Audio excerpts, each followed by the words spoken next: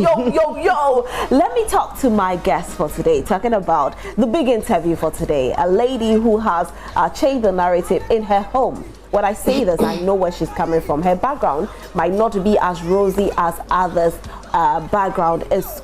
You know, she wasn't born with a silver spoon in her mouth. She served a lot. At a point, she was a house help. But how did she get to who she is today? I'm talking about the lady, Celestine Donkor. Good morning. Good morning. How are you? I am great. I'm blessed. It's good to have you. You're looking beautiful. Thank you very much. I mean, so beautiful. You too. I'm like, yo, Celestine, what have you been doing? It's grace, I guess. Just your skin is glowing. Like, you know, people are taking glowing injection and everything. Do you take anything like really? that? Yes. I don't know what that is. Your glow is from heaven. Well, I have every morning routine. My mom is a typical local woman. Okay. She likes natural things, and so she taught me one or two things that. What do you do? Because I want this. I mean, I know my viewers can't wait to do the same thing. What do you use on your face? My face? Yeah. Okay, so I use every morning I just wash my face with antiseptic. Oh. And warm water every morning, and then in the evening I wipe up my makeup, and then I use this thing called fan bath. I'm advertising. Okay, because you are glowing. Thank you. And what do you use herbs as well on your skin? I am completely a herbal person, so I do a lot of herbs. Okay. Like I take in herbs. Wow. Yeah. I think I have to talk to you after the show. Yes, I need all the details. We can put everything live. If you want to come and pay us, we'll show you. But Celestine, how has the journey been so far? It's been grace from day one, and the same grace has brought us this far. So yes, grace. Talking about grace, obviously it wasn't just about prayer and you know everything happened for you. You put in the work. Yeah. How hard has it been? It's as hard as it can be, you know, starting the journey and not knowing where it's going to, you know, take you. And, you know, you have other things that are also pulling you, like other things that you have some sort of interest in, and they pull you. But then this particular music says, focus on me. And at a point we have to just believe in what God has put in our hands and stick to it. So yes, at the end of the day, our nights, sleepless nights, studio sessions, going up and down to promote your music has paid off. It's paying off. Yeah. What other things do you have interest in? I like business a lot. By the grace of God, currently I have a restaurant. Okay. Yes. And I am into production of detergents as well. Yes, so like I like business, and so sometimes you are tempted to invest your money in businesses. Yeah, so yeah, those are the things that I mentioned. They kind of try to pull you, you know, but because sometimes they seem to give you faster results than the music. The music doesn't pay that much. It pays, but it takes time. It pays very well, but it takes time. It's not like you you ship down a container of rice and you know that in a month you've sold it. You can predict your profit and you have it in your hands. But with music, everything is so unpredictable. Sometimes even the song that you have very high hopes on, they don't actually work. And sometimes the ones that you don't even believe, you know, they come out and they work. So it's so unpredictable. But meanwhile, it takes a lot in terms of investment. You put in a lot. When you talk about a lot, how much investment do you usually put in to promote your music? Okay, I don't like to quote figures because when you say a lot, it's relative, depending on who. But I can give you a fair idea. For example, you would need to, first of all, book a studio time and book the players. For me, I do my songs live, so I'll have to get every player, like as in the drummer, the guitarist, the keyboardist, everybody must play, and you have to pay each of them. And then that's different from your studio time. And then when you come to the video shoot, you would have to, by the concept you are giving, bring people. I can take as many as 100 people to a location. Their feeding is on you, their costuming is on you. And you need their makeup, everything. In fact, so when you started this job, where were you making your money from to pay these people? Before I started. When you started, I mean, because you started from somewhere and you got to where you are today. Yeah. So how were you making the money to take care of them? Okay, so we started small. I didn't take 100 people to location like I can do today. So we started small, and of course we had some people who came in to help. Yes, and those who believed in what you carry and they think, oh, let me support with this and that. Yes, so that was how we're able to fund. And plus little jobs that I do here and there. In those days I do a lot of studio works. Studio work actually gives you a lot of money. Yeah. Okay. You are called to do backing vocals for like 10 songs. And for instance, you are charging like 500 cedis per song. And you get those calls like every day. And so it kind of pays faster. So at the time, I was actually seeing a lot of money. Because you have done backing vocalists for a lot of musicians. A long time, and for a lot of people. And I've also done featurings. I've also been featured on projects as well. So yeah. Some of the big people you have backed, who are they? I've done backed there a lot. But Kofi Sapon, Philippa Befi, Josh Lai, Isaac Ojo Amponsi, Joe Metal, a lot. How were you able to break out of this backing vocalist to become the main act? Okay, so it was a big decision of my life, and a very major one. I was enjoying that part of my life until I got married, and my husband was like, see, these people who are calling you, they see something in you. So why don't you put that something to work yourself and establish a brand? I didn't understand him at that point because I was content, with supporting people. And at a point I was popularly known as the supporting artist, which I was just okay with it. But he brought my attention to it, and it took some time for me to actually think through and accept that, yes, we need to actually start something. But that also means that you have to put the other things on hold. I can't just rush on any song and feature. I can't just go to the studio and be backing people. I have to put that on hold, because if you want your voice to be respected and and received, you need to make it special. It shouldn't be everywhere. So you have to put some measures in place and decide that, look, we have to build a Celestine Donkor brand. So that was how it started. Wow. Kudos. It's paid off. Did you have to turn people down, and how did it take it when you turned them down? I have a lot of people. Sometimes they are very, very interesting offers in church, leading praise and worship all the time. And so it was one time that I was accompanying a friend to a studio, and may her soul rest in peace. She's called Ejewa. So she took me to the studio to do her recording. So I was just sitting somewhere, singing along, and then Mr. Fred Mensa, his studio at the time was at Adabraka. So he later said, you have a very nice voice. I was listening while you were singing, so do come around and let's record. I'm like, come around, let's record how? He said, oh, do you have song? I said, no, I don't have song, but I think I can write songs. Because at the time he was asking me, I didn't have any song. Yes, but I feel like I can write songs because I've been singing for a very long time. And then, yes, he gave me an assignment to go and write a song. So I went, and put some lyrics together and then came back. And so we came, and then he played the keyboard, and I'll just sing. Do you remember the song? Yes, I do. Sing for me. One of them was, that song cried, I don't know. One of them was, yes, so dream will home. Oh, dream will home. Oh, yes, so dream will home. That actually sounds like a debut. I play those songs today and I laugh and I laugh and I laugh. So you recorded it? Yes, I did. I did it ever come on the market? It didn't really go far. We recorded, put them on tapes, and then we launched.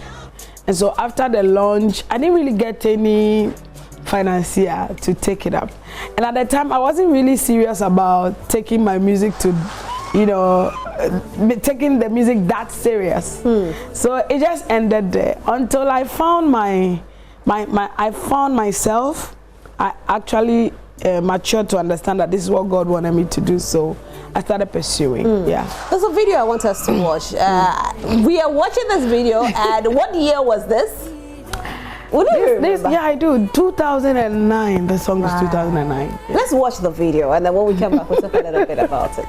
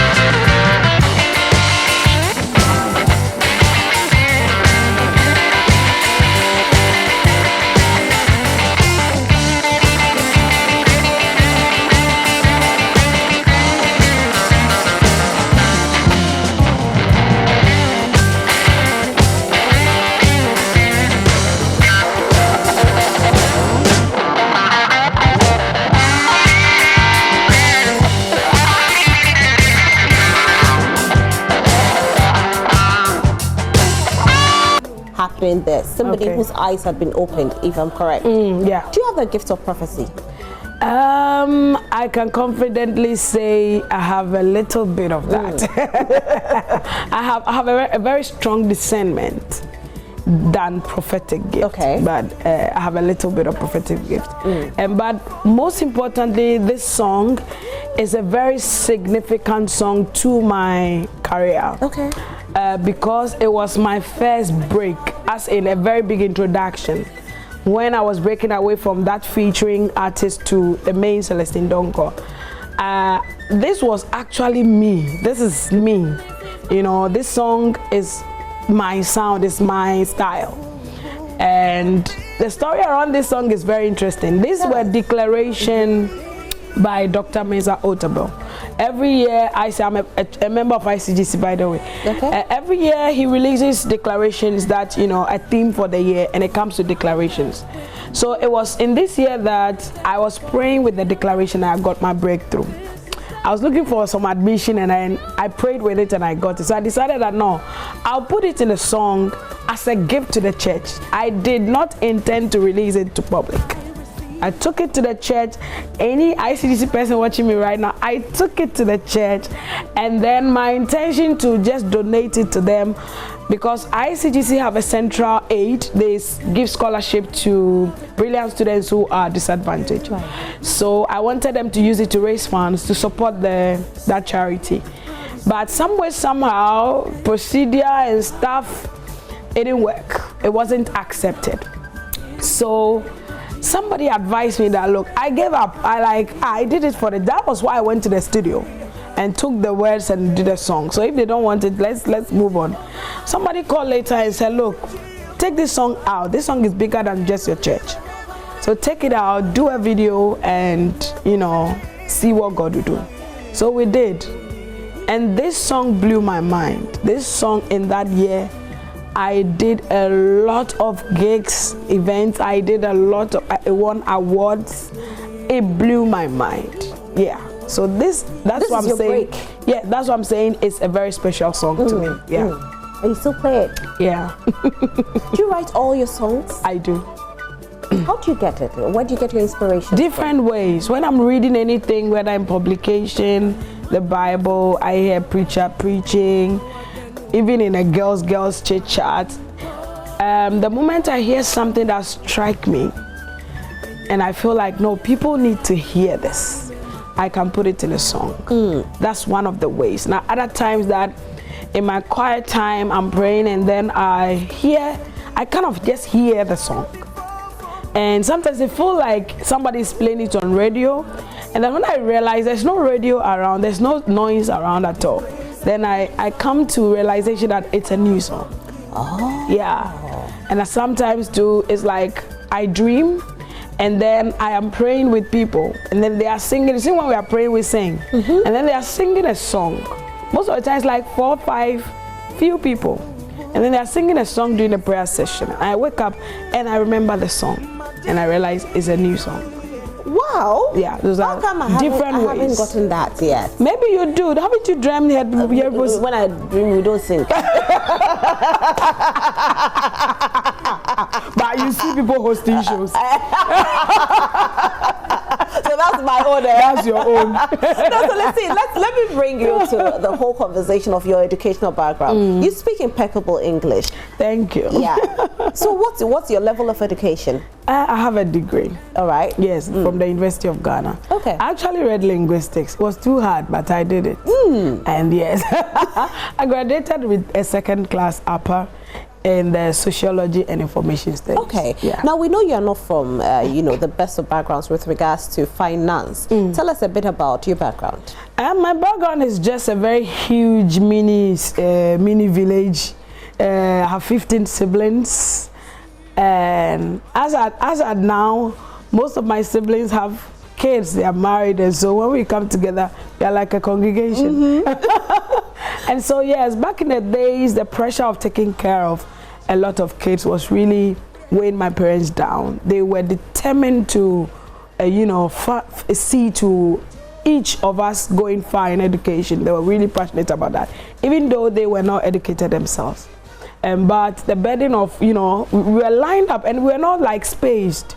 Like 1 year older, and most of the time we follow each other. One is in JHS 3, the other is in 2. Oh. And so at the point, the pressure got worse. So it was really tough. Sometimes at a point, even what to feed, because we had to, everybody must cooperate to see one person go. Like our elder brother was going to the university, other things must be put on hold so that he can go. And so for me, I had other people taking me in, because I am a chore person. I like washing, I like cleaning. Okay. So when people come around and they see how I work hard, they tell my mom, oh, I end up living with them as a house help. As a house help. And then I did that for a lot of people, and it came with its own experiences. But in all, I realized that it was also part of God. So, fat book by now is, why didn't you bless my parents to take care of me? It was a prayer I always prayed in a deep, at a deep place. I don't understand why my parents are alive. It's different when your parents are late, and you are struggling and you have to fall on other people. But when your parents are alive and you have to still be like an orphan, in somebody's house.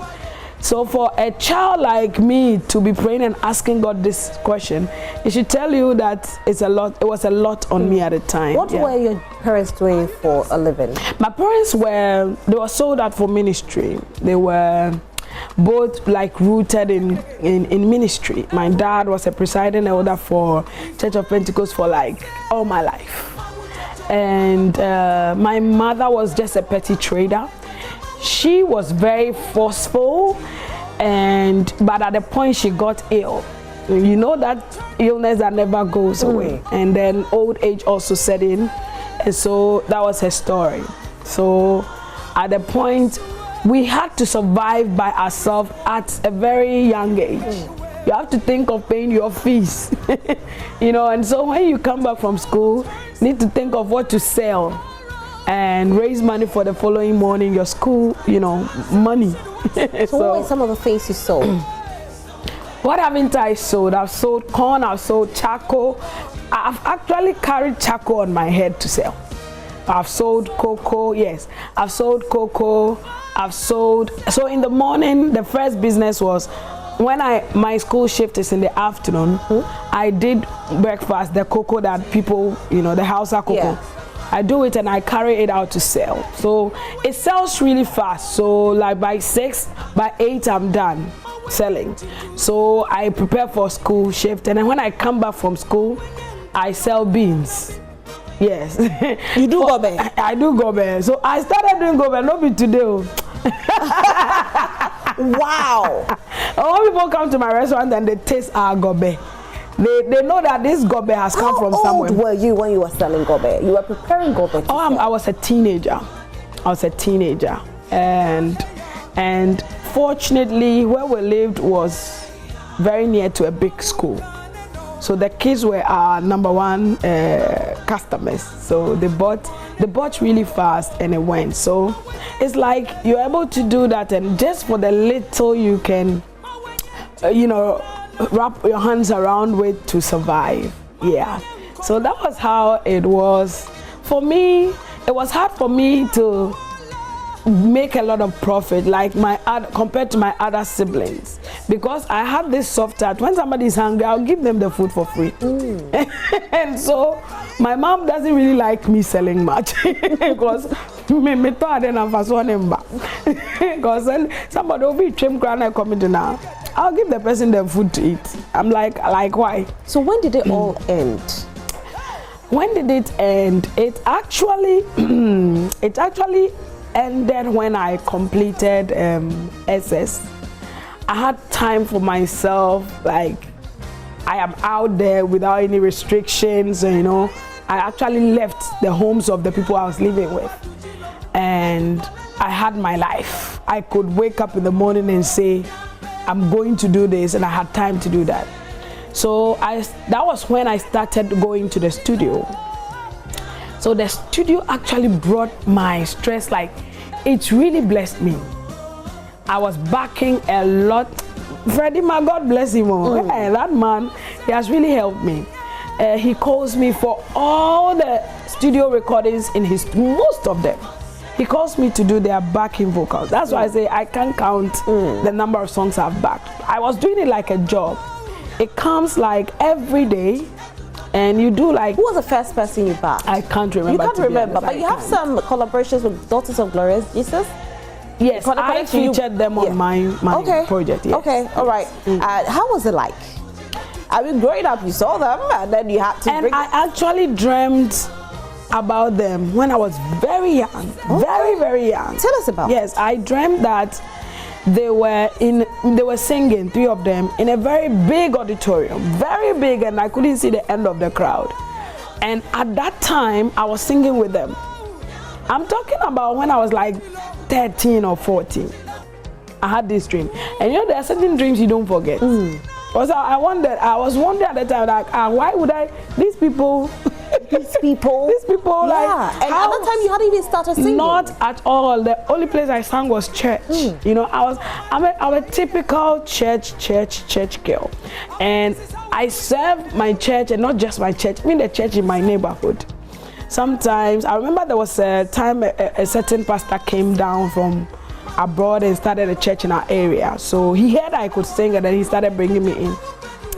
He started a church in a classroom. So before service starts, we have to go to his house and pack the instruments. I carried speakers, I carried guitars, I carried things and brought to the church. And after our lead praise and worship, after service would close, everybody will go, and then we'll pack the instruments back to his house. We carried on our heads. And where so were the boys? they were part, you know. But you had to carry it on your head. Yeah, we carry it, and I did that for a very long time. Every Sunday we did that, and it was exciting for me. I would say that being in church and being around the things of God has really shaped me. So how did you finally get daughters on board? The daughters on board. I just now it was a dream come true. Yes, I just reached out to her, Mama Cynthia. I said, I have this song that I want us to do. She said, okay, send it to me. And I sent it to her. She said, oh wow, that's a beautiful song. Okay, when do you want to record? Now it was really easy for him and for her to, you know, come on board. I had to do what I had to do, like honoring her with my little gift. You know, she didn't charge me, but oh wow, yeah, but I decided to honor her, you know, to appreciate her, because when you honor people, you also be honored. So I did my bit, and then yeah, that was how I got. Which of Daughter's songs is your favorite? All of them, please. All of them. All of Which one will you sing on the spot for me? On the spot. On the spot. Oh gosh. Their latest one. Okay. I don't really know it, but I love the song Jesus Christ. It's Senka. Sikani jiten to meet you ka Techema po into me waye Ao mi nyamye Mido asidaka o Be for me no more mi wasida. I love this song. You love the song. It's a beautiful song. Very beautiful. And Daughters have been admired by many. Inspired the younger generation, and this is where we are today. Yeah. Let's talk about you being managed. Your very first manager is? My first and last is my husband. My husband managed my work. Your husband has been managing you all these years? He actually is the one who actually discovered Celestine Donkor. The brand Celestine Donkor. He saw something I didn't see. Because immediately we married, it was like, no, put a stop to this call and go thing and build something for yourself. He discovered that part of me and helped me put it in structure. And what we see today, I still remember the day we had that conversation. I didn't agree, you know, but eventually when I agreed, I realized that he was sent into my life for a purpose. So yeah. So he's your number one fan? Yeah, he puts me under pressure. Do you sometimes get angry because he's putting too much pressure on you as a manager? Oh, as for anger, there this morning I had a little. He is, you know, he's trying to protect something. He's trying to protect a brand, protect a wife, protect a mother. It's a lot of work for him, you know, protecting the kids from seeing stuffs on the internet that is unpleasing to hear about their mother, you know, and protecting himself as a husband, you know, from people pointing at your wife did that. And then protecting an artist, a brand, is a lot of work for him. Is he a strict manager? Very strict. His no is no. In fact, his no is no. So he's very strict. Very, very strict. He puts the love on the side and goes, this is work. We are working, then afterwards you're my wife. Yeah, and I don't like that about him at all. You sometimes wish he wasn't your manager. That has never crossed my mind. I think just I have come to understand that everything he does is for my interest, because I don't believe that there is anybody on this earth who has my interest at heart than my husband. I don't. My number one, my entire life, my number one destiny helper is my husband. Wow, that's beautiful to hear. Yeah. That's beautiful. Yeah, he pursues my. He pursues like me becoming bigger. You know, in everything I do. He's the one who suggests go and read this course. He'll buy you a guitar, learn the guitar. Like he really. How many instruments do you play? I play just the keyboard for now. Okay, all right. You do play it very well, right? I try. Okay, I try. All right. I'm not very good, but I try. Do you have any events coming up? projects? I have an album coming up, and I just actually released my latest single, recorded live from Celestial Praise. It has actually caught fire on TikTok and on Instagram and the streaming platforms. Amazingly, 3 days ago, I released it, and because it's Ewe, I've already had people, always had people telling me, when are you bringing a full Ewe thing? Because I do a piece of Ewe English and stuff. So here you go, full Ewe something, and I'm glad that it has really been accepted, and not just for Ewe people, like every lover of the language, they are really jumping on it. So I'm glad. I love the song. You're on Adum Praise as well. Yeah. When you can't catch him, what are we to expect from you on Friday? I'll be doing my latest song. So,